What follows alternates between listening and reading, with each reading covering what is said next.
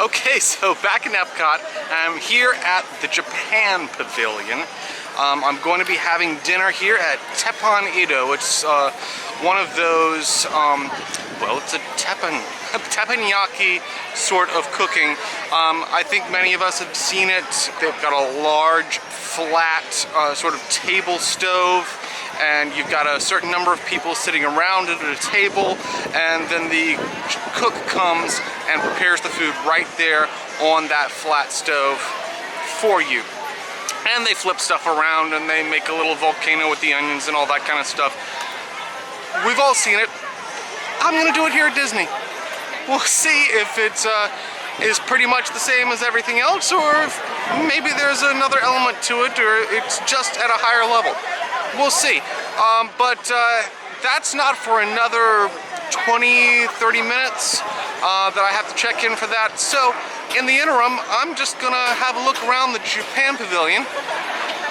See, there's the tower behind me. All right, I've actually been to that one in real life as a kid. I don't remember the name of it.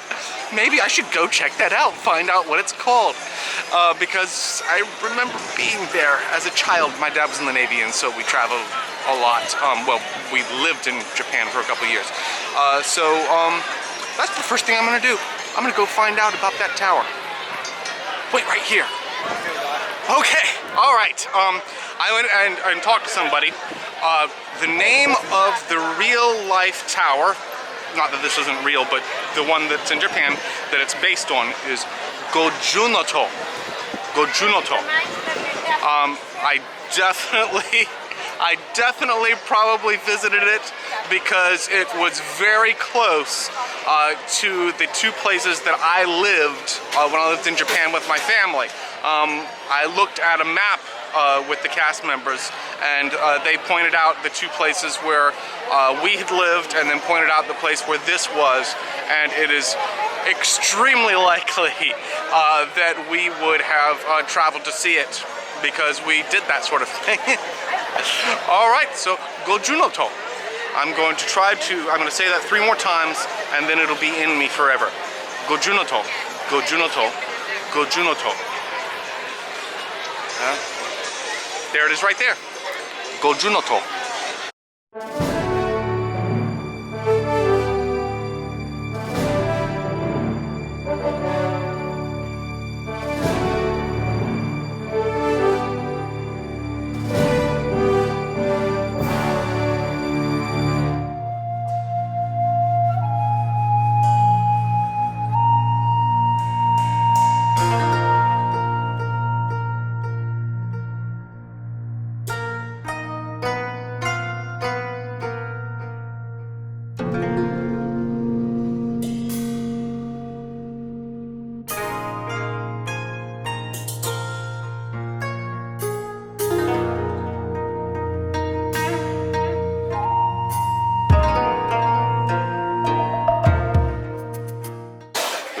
La la la la la, happy happy Monchichi.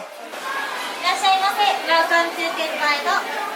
Before seating, just in case, our grill is preheated over 500 degrees. Please be careful not to touch the grill.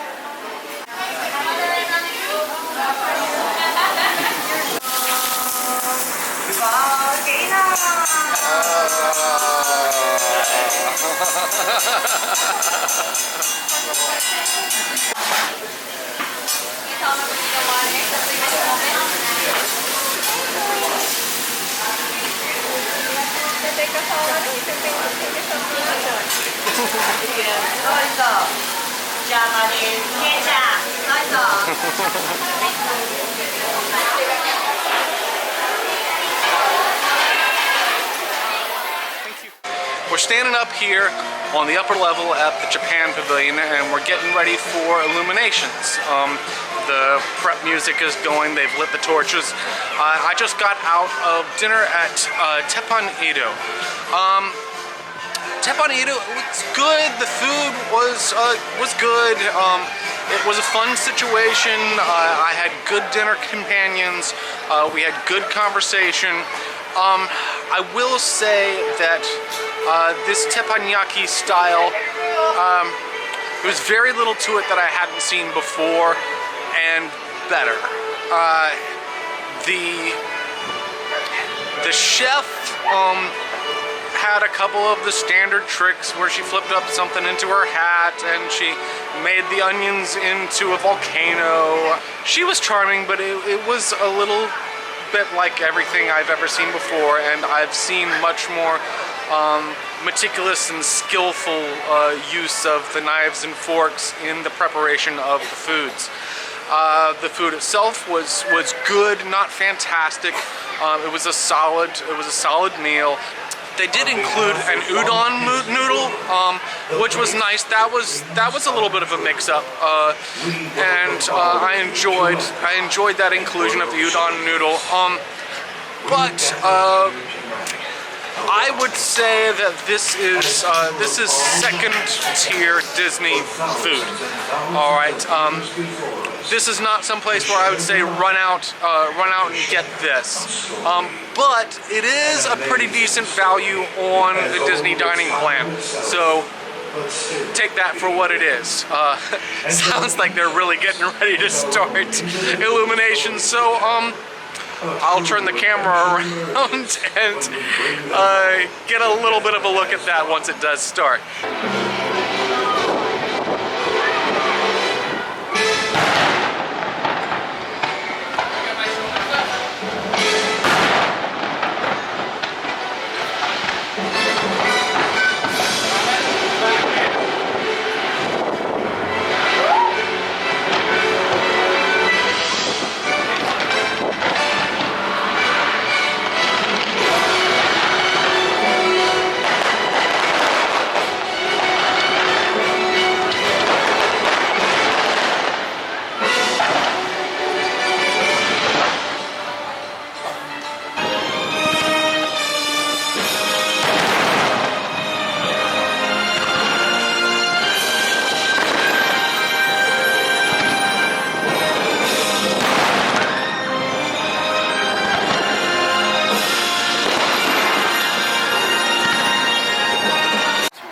Well, it's a crazy day here at Epcot.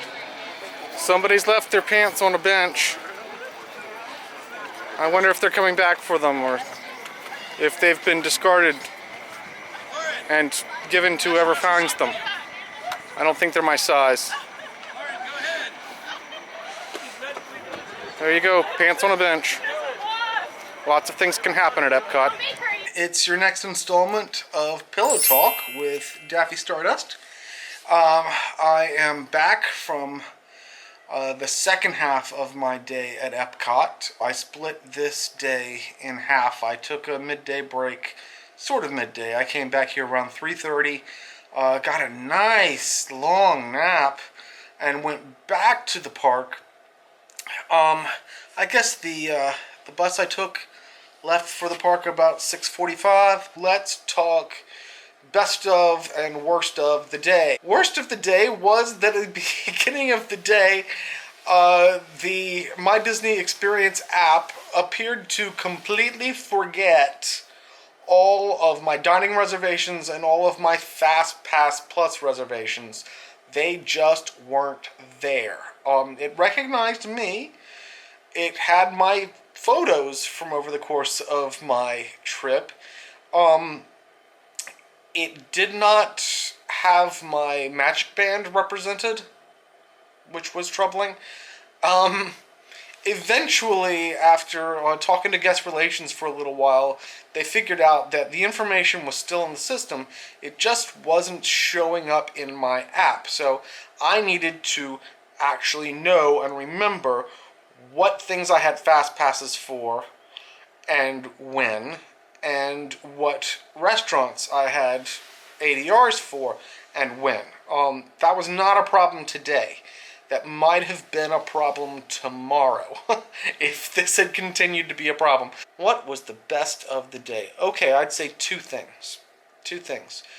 First thing was that I got to share something with you guys in the middle of my trip, which I hadn't planned on, but some friends of mine from home were joking with me and asked me for a video of eating churros. So I thought, what the heck? I can post raw video from here. And so I went over to the Mexico Pavilion, got myself some churros and a margarita, and voila, there's content. It showed up on my YouTube channel, it showed up at LeBeau's LeBlog, and people seemed to enjoy it, and so fantastic. That's great. I was glad to be able to do that in the middle of my trip. Secondly, midday break. It made my evening very pleasant. Despite the fact that Teppan Edo was a mild disappointment, I was in a great mood. My feet were feeling good, I was well rested, and in fact, to this moment, hopefully I'll be able to fall asleep, but I had good energy when I was leaving Epcot. It's a good thing, because we had to wait a little while for that bus. But I never felt grumpy, never felt tired, felt great. Boy, that middle of the day break really worked for me today. Okay, that was today. The attractions will start running at 7 in the morning tomorrow, and it would be foolish of me not to take advantage of that, right? So I'm gonna have my alarm set for 5, and I'm going to sit up and go take a shower and put on some clothes and get to the Magic Kingdom by 6. And then they're going to open at 7, and boom, I'm going to knock out some attractions, because I'm guessing the crowd is going to be limited at that time in the morning. Fingers crossed. Certainly better than it would be if it was opening at 9. That would be very, very crowded, and it's going to get crowded later in the day.